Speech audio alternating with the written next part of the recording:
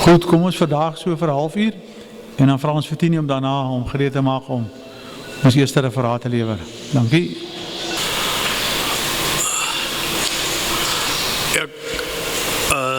Broers en susters, ek lees vir u Eksodus 15 vers 26. As jy getrou na die stem van Jahwe jou Elohim luister en doen wat reg is in sy oë en luister na sy gebooie en al sy insettinge hou, dan sal ek geen een van die siektes op jou lê wat ek op Egipte land gelê het nie, want ek is Jahwe wat jou gesond maak. Ons gaan ek het 'n paar skrifgedeeltes ook wat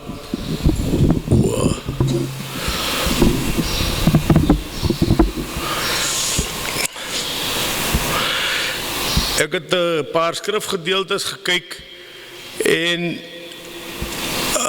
ek het bietjie na die uittog uit Egipte land ook gekyk, want dit was min of meer daar waar hulle toe was.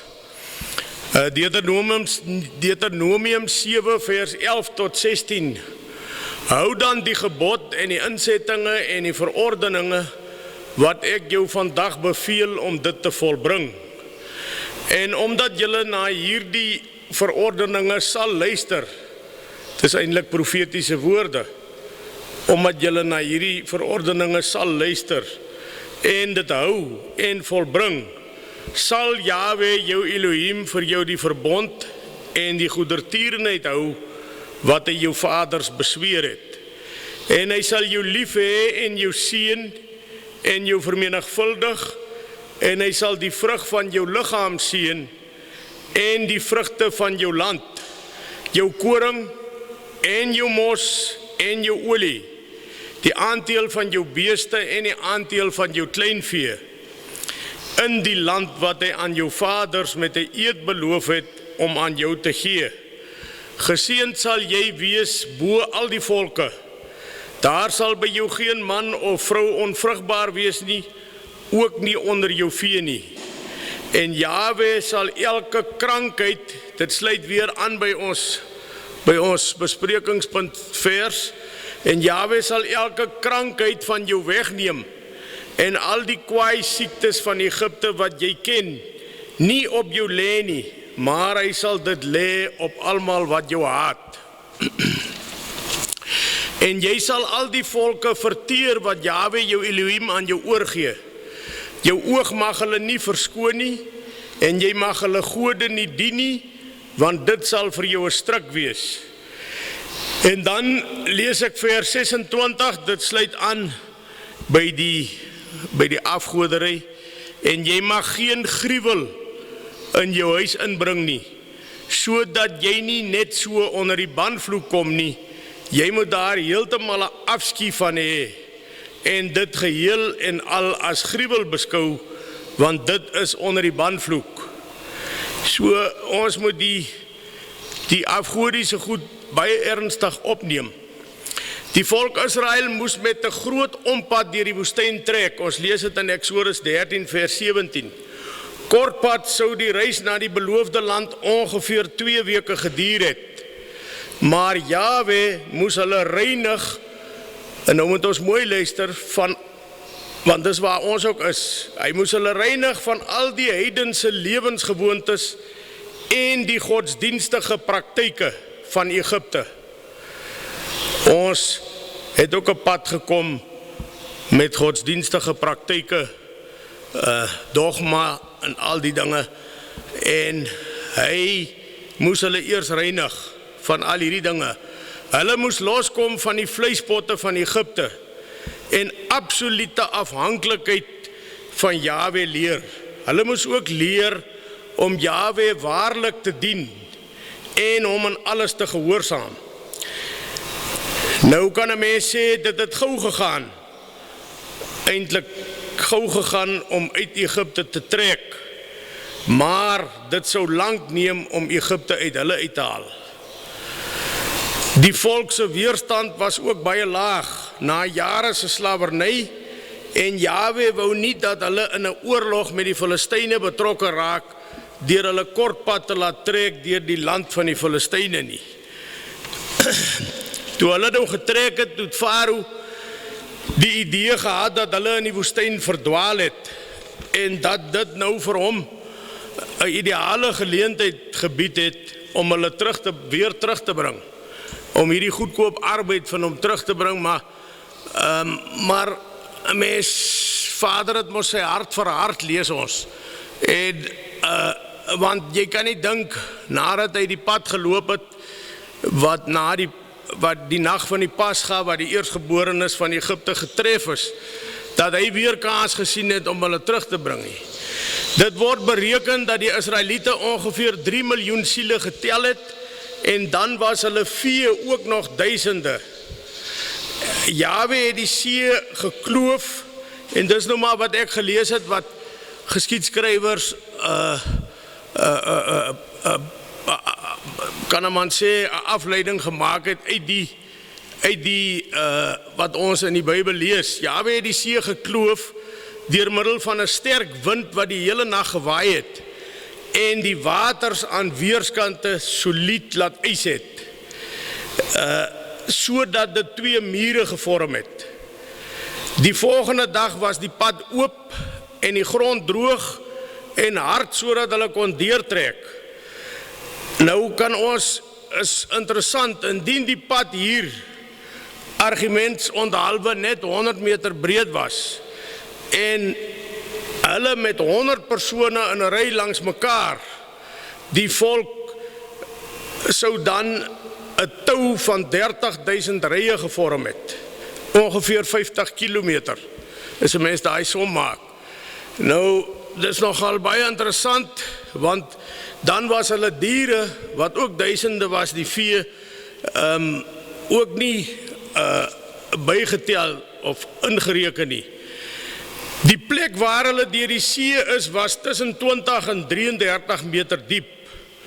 Die oorspronklike breedte van die see was hier ongeveer 10 kilometer, vanaf die grens van Egipte tot op die kant van die Sirwoestyn.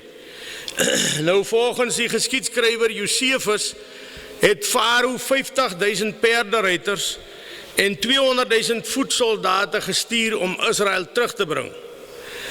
Dan lees ons, die 4 kolom het hulle teruggehou totdat Israel deur was.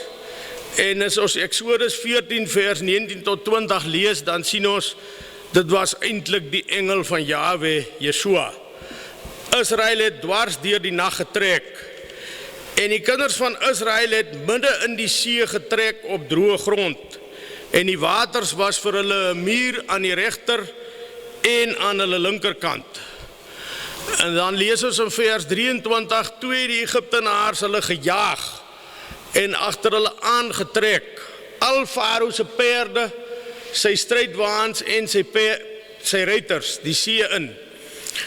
En in die môrewaak, jy moet mooi luister na hierdie vers, en in die môrewaak het Jahwe in die vuur en die wolkkolom op die leer van die Egiptenaars afgekyk en hulle in verwarring gebring.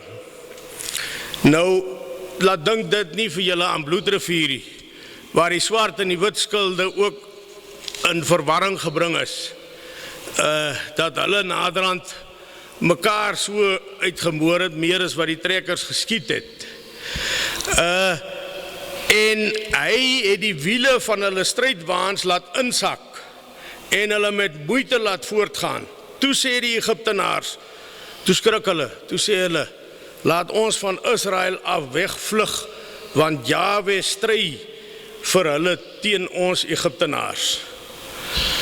In vers 26 sê, daarop sê Jahwe vir Moses, steek jou hand uit oor die see, dat die waters kan terugvloei oor die Egiptenaars, oor hulle strijdwaans en oor hulle ruiters. Nou, dis baie interessant, as 'n mens na Vader Almagtig kyk, dan kan hy mos net 'n woord spreek of het beskik dat die waters terugvloei. Maar hy gebruik ons as sy knegte, in hierdie geval vir Moses. Hy het hom gebruik en gesê, steek jou hand uit, laat die waters kan terugvloei. So ons moet bereid wees om sy knegte te wees. In elk geval roep hy ons as hy ons nodig het. En toe die waters terugvloei, het hulle die strijdwaans en die ruiters van Farao se hele leermag wat agter hulle die see ingetrek het oordek. Geen een van hulle het oorgebly nie. Vers 31, nou moet jy weer mooi luister. Ook het Israel die magtige daad gesien wat Jahwe aan die Egiptenaars verrig het. En luister nou mooi toe, want dit kom weer ter sprake. Toe het die volk Jahwe gevrees en geglo in Jahwe en aan Moses sy knegt. Nou wil ek aan u en aan myself vra, glo ons of dink ons dat dit maar net in die destydse Israelse tyd gebeur het? Glo ons nog aan Vader se almag? Glo ons dat daar by hom niks onmoontlik is om te doen nie? Hierdie was 'n magtige verlossing uit die hand van Jahwe, van die leerskare. U ken die geskiedenis. Na hierdie verlossing uit Egipte het die volk saam met Moses 'n oorwinningslied gesing. En ek haal vir u enkele verse uit hierdie oorwinningslied aan. Vers 2 is: Jahwe is my krag en my psalm, en hy het my tot heil geword. Hy is my Elohim, hom sal ek roem, die El van my Vader. Vers 11: O Jahwe, wie is soos u onder die gode? Wie is soos u verheerlik in heiligheid, gedig in roemryke dade, een wat wonders doen? Vers 13: U het deur u guns die volk gelei wat u verlos het. U het hulle deur u krag na u heilige woning gevoer. En dit is baie interessant. Hierdie lees ons in Deuteronomium 15. Dan kan u gaan lees in Openbaring 15 dat hierdie lied van Moses sal saam met die lied van die lam gesing word eendag as ons as vrygekooptes saam met hom is. En daarop het Moses die Israeliete laat wegtrek van die Skelfsee af en hulle het uitgetrek na die woestyn Sir. Hulle het toe 3 dae lank in die woestyn getrek en geen water gekry nie. En hulle het in Mara gekom, maar kon die water van Mara nie drink nie, want dit was bitter. Nou kom ons weer by die vers, die volgende vers. Minder as 'n week, hulle 3 dae lank in die woestyn getrek. Minder as 'n week nadat hulle die wonder gesien het, hoe hulle deur die Rooi See gelei het. Toe murmureer hulle toe hulle nie water het om te drink nie. Toe murmureer hulle weer. Toe murmureer die volk teen Moses en sê, wat moet ons drink? En hy het Jahwe aangeroep, en Jahwe het hom 'n stuk hout gewys. Dit het hy in die water gegooi, en die water het soet geword. Daar staan daar, het hy vir hulle insetting en 'n verordening vasgestel, en hulle daar beproef. Nou, as jy nou na die volgende vers 26 kyk, dit is die vers van die besprekingspunt. Hy sê, hy het hulle daar 'n insetting en 'n verordening vasgestel en hulle daar beproef. En dan gesê, as jy getrou na die stem van Jahwe, jou Elohim, luister en doen wat reg is in sy oë en luister na sy gebooie en al sy insettinge hou, dan sal ek geen een van die siektes op jou lê wat ek op Egipte land gelê het nie, want ek is Jahwe wat jou gesond maak. Nou, ek wil net vir u,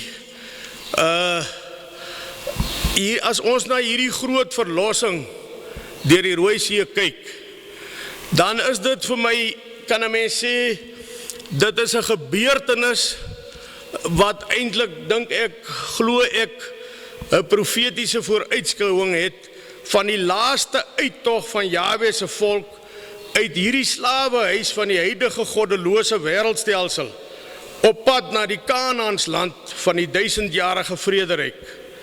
Die Rooi See kan ons in vandag se tyd sien as die rooi gevaar van Edom en sy bondgenote. Maar wat is die vereiste? Ons moet nooit twyfel in Vader Jahwe se almag nie. Die volk het getwyfel toe dit hulle 40 jaar in die woestyn moes daai geslag omkom, behalwe Josua en Caleb. Toe die volk sien dat Moses vertoef om van die berg af te kom, het die volk rondom Aaron versamel en vir hom gesê, kom, maak vir ons gode wat voor ons uittrek, want hierdie Moses, die man wat ons uit Egipte land laat optrek het, ons weet nie wat van hom geword het nie. En Aaron sê vir hulle, ruk die goue ringe af, wat aan die ore van julle vroue, julle seuns en julle dogters is, en bring dit vir my. En hy het dit uit hulle hand geneem en dit met buitel bewerk en daar 'n gegote kalf van gemaak. Daarop sê hulle, dit is jou gode, o Israel, wat jou uit Egipte land laat optrek het. Die wonders het hulle kort voor dit gesien, die wonder deur die Rooi See. Nou sê hulle dat die kalf is nou hulle gode wat hulle laat optrek het. Toe sê Jahwe vir Moses op die berg nog, gaan heen, klim af, want jou volk wat jy uit Egipte land laat optrek het verderflik gehandel. Verder het Jahwe vir Moses gesê, ek het hierdie volk gesien, en kyk, dit is 'n hardnekkige volk.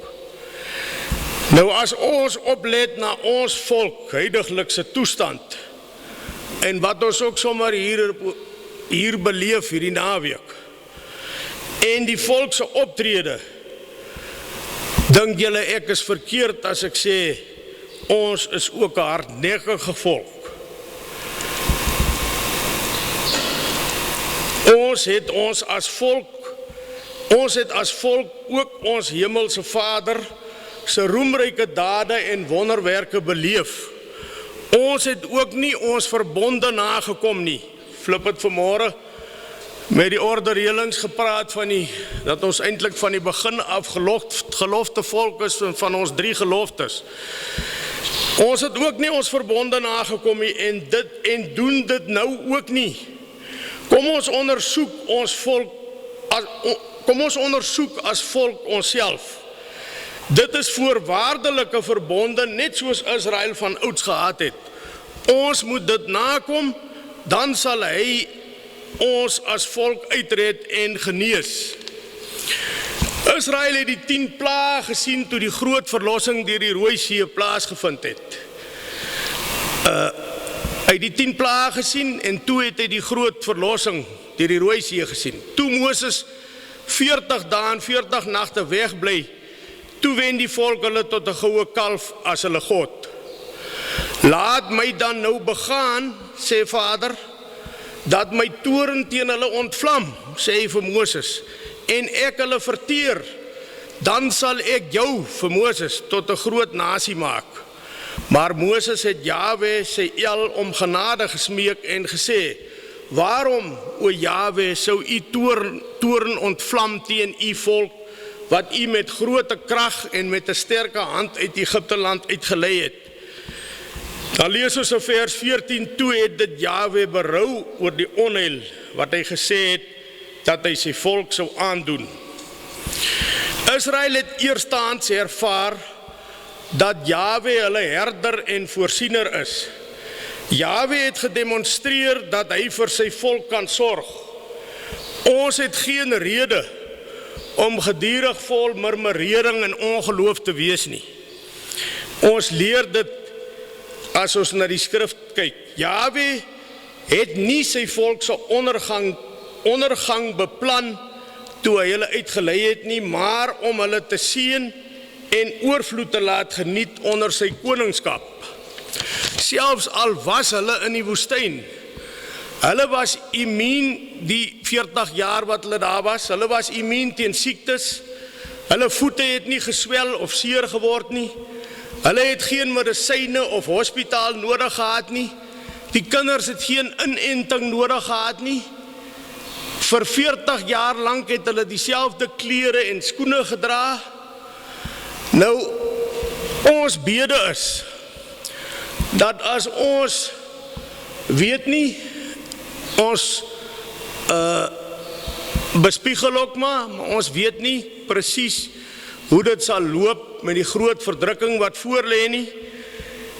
Maar ons bede is dat ons dan, as ons dan in 'n oorlewingsstryd ingaan, dan dat Vader ons weer onder die koningskap van Yeshua al hierdie wonderlike dinge wat hulle beleef het, kan beleef. Ek is Jahwe wat jou gesond maak. Kom ons gaan die toekoms met hierdie versekering in Jeremia 29 vers 11 in. Want ek weet watter gedagtes ek aangaande julle koester, spreek Jahwe. Gedagtes van vrede en nie van onheil nie, om julle 'n hoopvolle toekoms te gee. Vers 12, dan sal julle my aanroep en heen gaan en tot my bid, en ek sal na julle luister. Vers 13, en julle sal my soek en vind as julle na my vra met julle hele hart, en ek sal my deur julle laat vind, spreek Jahwe. Ek is Jahwe wat jou gesond maak. Dankie.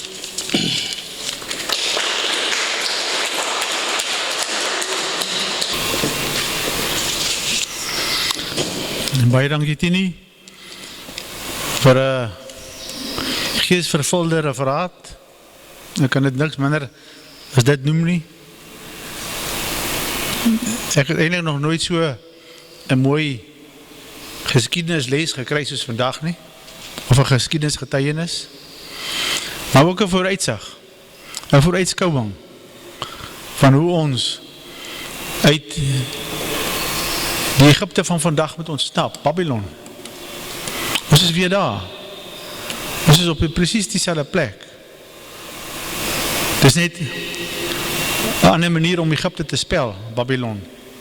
Want daar staan in Openbaring 18 dat van al die pla wat oor ons sal kom as ons nie uit Babylon uitgaan nie. So ons het ook ons Egipte tog wat vir ons voorlê, wat ons redding is. Ons moet bly wees dat daar vir ons 'n pad is, ook 'n woestyn is. 'n 3,5 jaar in die woestyn wat hier om vir ons voorberei word. 'n tyd en 'n helfte van 'n tyd. Openbaring 12 vers 6 en vers 14. Die Egipte wat ons uit moet kry, die Babylon wat ons uit moet kry, is die geloof, is die Babyloniese geloof waarin ons groot geword het. Ons dink dis die regte geloof. Ons maak baie groot fout. Die geloof waarmee ons groot geword het tot nou toe, is 'n dwaling. Ons moet in die geloof inkom van die gelofte van Bloedrivier, die theokrasie. Die regte bewoording maak daarvoor voorsiening. Ons het ook wonderwerke nodig. Ek dink baie daaraan of hoe ons sou optree nou, as hier nou 'n wolkkolom en 'n vuurkolom sal wees. Wat sy invloed dit nie sal hê op hierdie plek waar ons nou is nie. Ons moet ons afsonder van hulle wie in ons volk is, van die gemengde bloed. Ons moet heilige volk van word.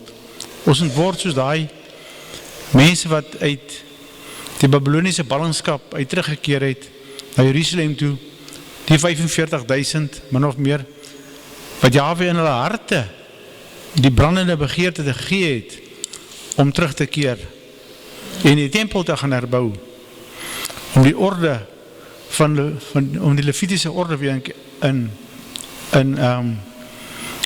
orde te kry, wat oorgegaan het in die Melchisedek orde 2000 jaar terug. En daai huis moet gestig word. En dit is wat my so kan ek amper sê 'n riem onder die hart gee, dat ons is min Maar ons is ook baie. Want hulle, wie tussen ons is, vir wie ons nie kan sien soos gehasie nie, is meer as hulle wat teen ons is.